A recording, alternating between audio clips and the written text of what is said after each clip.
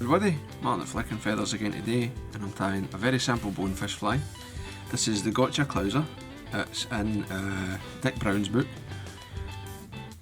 It's a nice, simple pattern. Anybody can tie it well, and it's a good each way bet. You know, is it a shrimp? Is it a wee minnow or something? It's a good fly, and obviously it'll work for other species as well. As always, we'll put a materials list in the description, along with a link to the Patreon page for anybody that wants to support the channel, get access to the members only content, as well as entering the giveaways and being able to join the monthly online live tying sessions that we've started doing. So I've got my hook and my vise. This is an SL11-3H, size 6, but choose your preferred saltwater hook. Something with a longish shank. And I've run on a bed of Danville's Flymaster and fluorescent pink, like the Gotcha pink. I'm using bead chain on these. You can obviously use a dumbbell just to suit the depth of water that you're going to fish. And they're black. And I'm just going to figure 8 these on.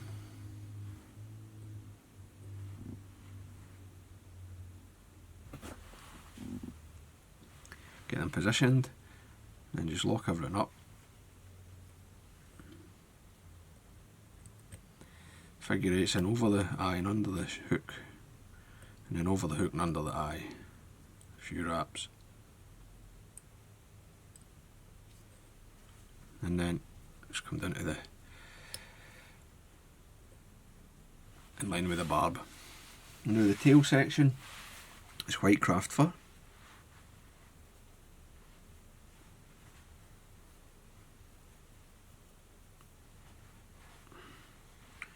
And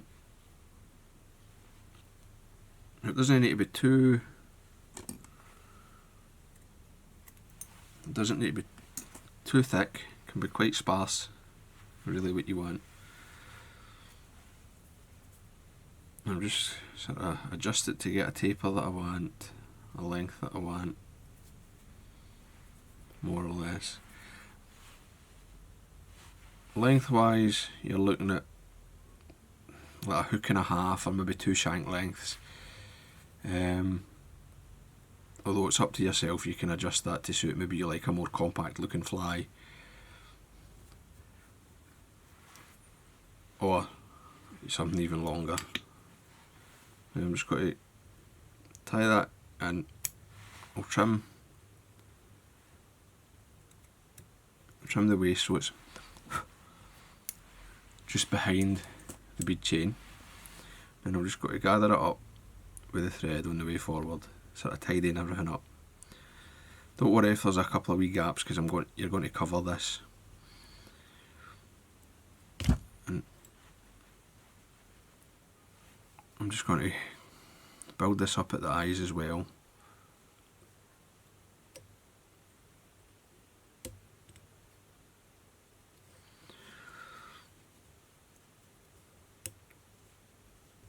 Creating a large, kind of, or a thickish, we'll say, sort of tapered body with the thread.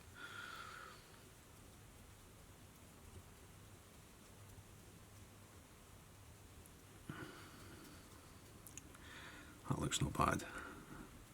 Take another few wraps through the eyes, and you'll notice I've not super glued the eyes or anything, but I mean, there's no way they would move. Right, they're really solid. Now, what I like to do is put a bit of varnish on. I'm just using some nail polish, like your hard as nails. Quite runny, quite thin. Just brush it on there. Coat that whole body. And that'll soak in, that'll be set in no time. That just sort of protects it. Then I want some pearl crystal flash. Just a couple of strands. I mean, it's up to you. You can make it flashier if you like. You can always remove flash on the water, but I find this just to be about right for most situations. Just got to fold these 2 strands over the shank, tie them off, and that way they're just about right. And the length is perfect there for me. That's just coming to the back of the tail. You might need to trim it, just you know, it just so happens I've got like a bunch of crystal flash here that I've got that's just the right length for this. By luck rather than design. Now the final wing is just some sand, like the sort of gotcha colour. You can use tan or sand. Lemon polar fibre would be nice as well.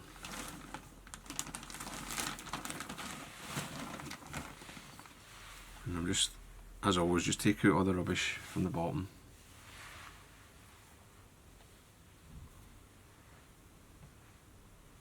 Sort of align your fibres, take away any short ones. And then the length for this, I would like it to be very slightly shorter than the tail.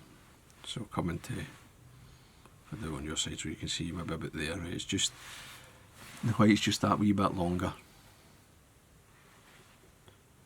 So I'll position my thread back a bit behind the eyes, or in front of the eyes I should say, back from the hook eye.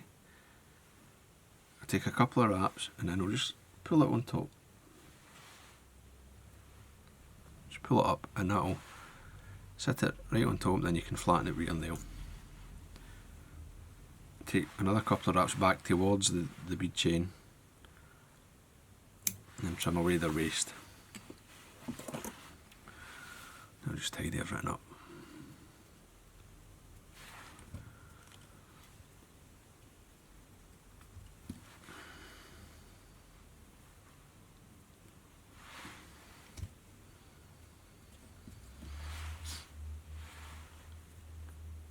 And I've got that long pink nose there that's visible.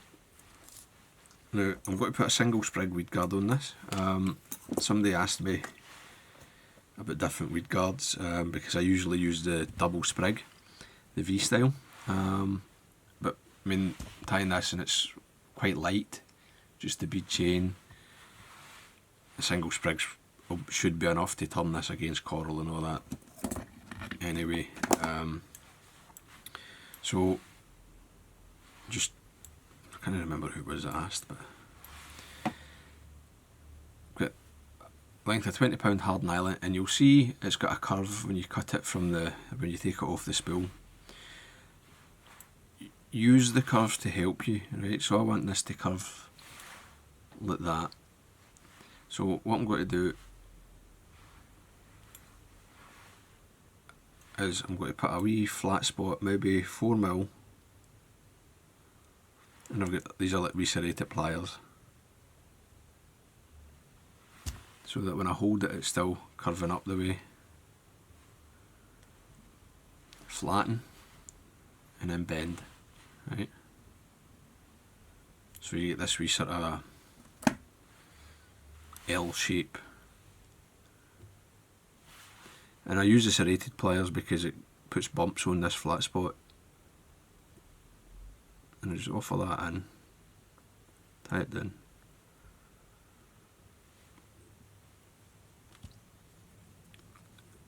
And the wee bumps mean there's plenty of grip. And then, just to help it, I'll take some wraps behind. Just to make sure it doesn't flatten.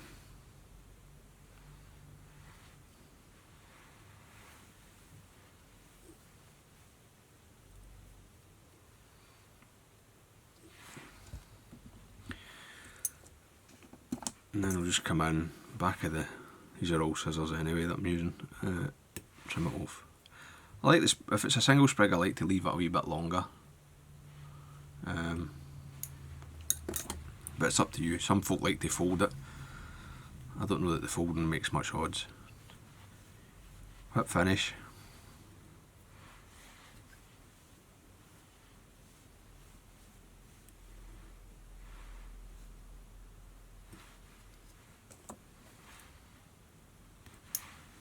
similar weight, and then just the same as I did for that body, I'm going to come in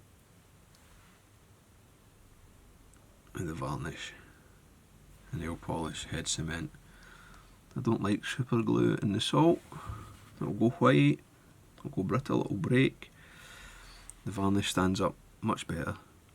If you do use super glue, you should cover it with the varnish. There you go, that's it, the Gotcha Clouser. Simple fly to tie. Obviously it's effective, I mean the Clouser's a great fish catcher. It's just a nice wee colour scheme. So I hope that was useful, I hope you enjoyed it. If you did, please remember to give me a thumbs up below and subscribe to the channel. Tight lines guys, bye.